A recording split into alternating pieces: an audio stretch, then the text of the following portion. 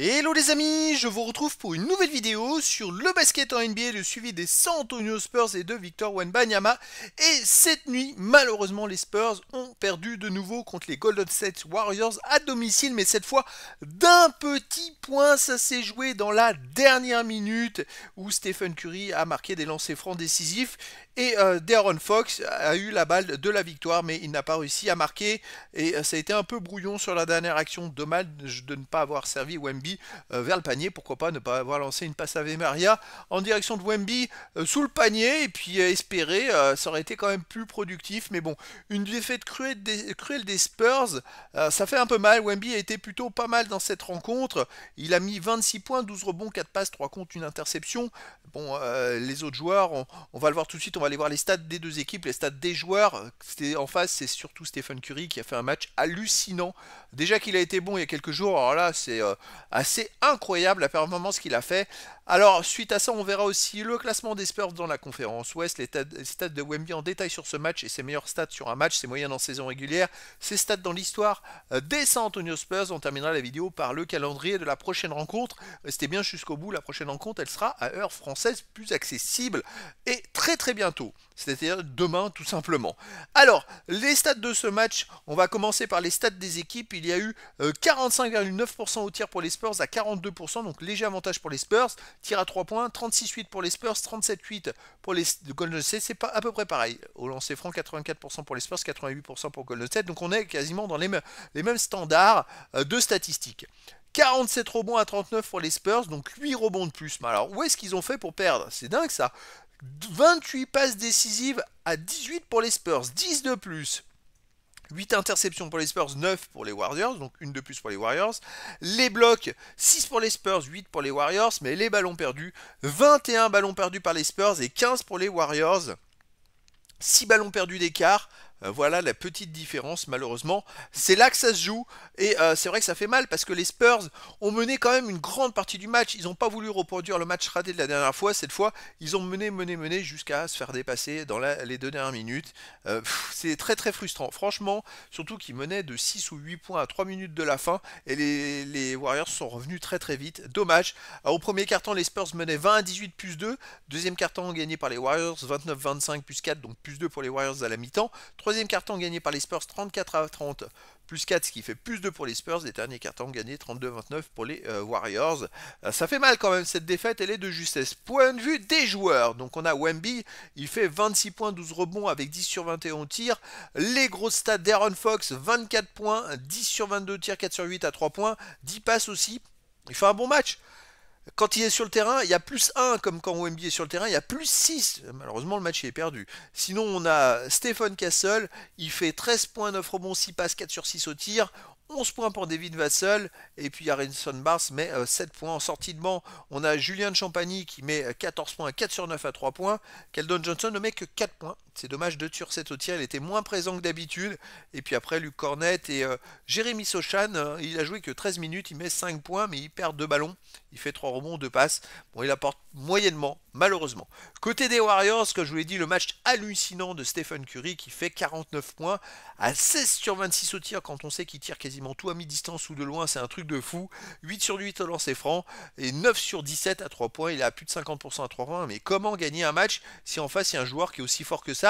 Et il n'aurait pas été là, les autres joueurs, c'est une catastrophe. Il y a 17 sur 45 à 3 points. Sans lui, les autres joueurs, c'est 8 paniers à 3 points sur 28. C'est quand même assez hallucinant. Ses coéquipiers 8 sur 28 et lui c'est 9 sur 17. C'est-à-dire qu'il marque plus de paniers à 3 points que ses coéquipiers en tirant 11 fois de moins.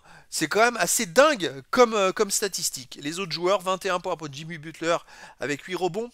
7 sur 14 de tir, Draymond Green, bon 6 points, 8 rebonds, 8 passes, il fait 3 contre, il est toujours aussi complet mais 3 sur 12 au tir, il a eu du mal face à Wemby, faut le dire. Sortie de banc, 10 points pour Podziemski, avec 3 sur 6 à 3 points. Voilà, c'est les Warriors qui l'emportent. Dommage, vraiment dommage. Alors au classement, les Spurs chutent à la 6ème place avec 8 victoires et 4 défaites. Bon, il va falloir qu'ils réenchaînent des victoires très vite parce que c'est frustrant, vraiment frustrant. Après voilà, les Warriors de leur côté, ils sont juste derrière avec 8 victoires et 6 défaites.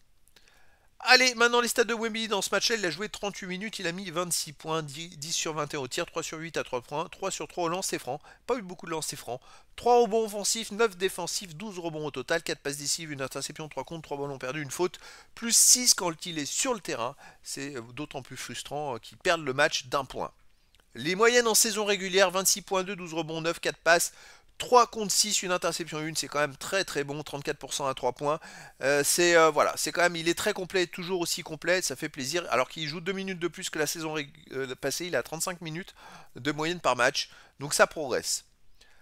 Ces stats dans l'histoire de la NBA, ça ne sont pas actualisés, il n'y a que les contres. Il est à 474 comptes, il lui manque 17 comptes pour aller chercher la 9e place de l'histoire, qui est André Drummond avec 491. Donc il lui manque, voilà, à mon avis, 17 contres avec sa moyenne en 4-5 matchs, il les aura et ça devrait aller. Les stats dans l'histoire des San Antonio Spurs, et donc il lui manque plus que 2 paniers à 3 points pour devenir le meilleur marqueur des San Antonio Spurs à 3 points à 22 ans. Vu sa taille, c'est quand même assez incroyable comme statistique, mais il peut dépasser Devin Vassell. Et puis pour les rebonds défensifs, il lui en manque plus que 16 pour dépasser Markel Burning et pour récupérer la première place. Donc là, il a déjà 2 premières places à 22 ans. Potentiellement, dans les matchs à venir, s'il fait un bon match, au prochain match, il pourrait très bien récupérer 2 autres. Et après, il ira chercher le total rebond aussi, il lui en manque 260. Je pense que d'ici la fin de la saison, ça sera quand même grandement jouable. Après, pour les autres stats, il faudra attendre un petit peu. C'est vrai que les points, il est à 1452 de retard sur Tony Parker. Je ne sais pas si en une saison, il peut vraiment aller le chercher. C'est dommage, c'est plus de 30 matchs manqués suite à sa thrombose la saison passée. Il y aurait vraiment matière à faire mieux, même pour les tirs marqués, les tirs tentés. Il y avait matière, malheureusement, là, bon, il va falloir voir comment ça avance tout au long de la saison. Il n'y a eu que 12 journées pour l'instant, il y a encore 70 matchs potentiels, donc il va se passer beaucoup de choses. Dans l'histoire des Français en NBA, bon, ça je vous le réactualiserai plus tard, c'est vrai que la concurrence elle est avec Tony Parker, et donc là, ben, c'est la même chose qu'avec les Spurs d'une certaine façon. Allez, prochaine rencontre. Alors déjà j'ai rajouté aussi des lignes, ce sont les trophées que je rajoute au fur et à mesure. J'ai rajouté, en plus du joueur de la première semaine à l'ouest, j'ai rajouté que le 11 novembre, c'est le premier joueur NBA à avoir réussi 35 points et plus, 10 rebonds et plus, 5 passes décisives et plus, 5 contres et plus et 5 paniers et plus à 3 points dans un match. Voilà, ça n'était jamais arrivé avant dans l'histoire de la NBA. C'est le premier à avoir réussi ça. De temps en temps, il devient le premier joueur. La saison passée, il a vu 2 fois ces honneurs-là. Donc il fait des matchs tellement incroyables et tellement inédits que ça vaut le coup d'être noté.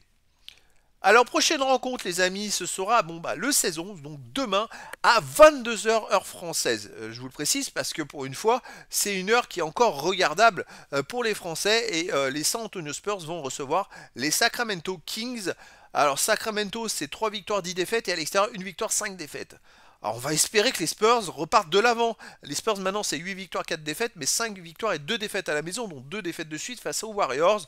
Donc là voilà, il y a une équipe qui a leur portée, on va espérer qu'ils vont faire le boulot. À la rigueur, les Kings, il me semble pas qu'ils ont des super joueurs dans la raquette. Il faut que Wemby joue dans la raquette, puis qu'il lui mette tous les ballons sur lui et qu'il marque 50 points. Ça réglera le problème et au moins ils seront sûrs de gagner. Bon, bien sûr, ça se passera pas comme ça, mais on va croiser les doigts pour que ça se passe mieux. Et donc, je vous donne rendez-vous demain. Alors, je vous ferai sûrement une vidéo, mais lundi, parce que j'aurai pas forcément la possibilité de vous donner toutes les stats à jour après le match. Donc, on verra le lendemain pour réactualiser tout ça. Voilà, les amis, je vous dis à très bientôt pour une nouvelle vidéo.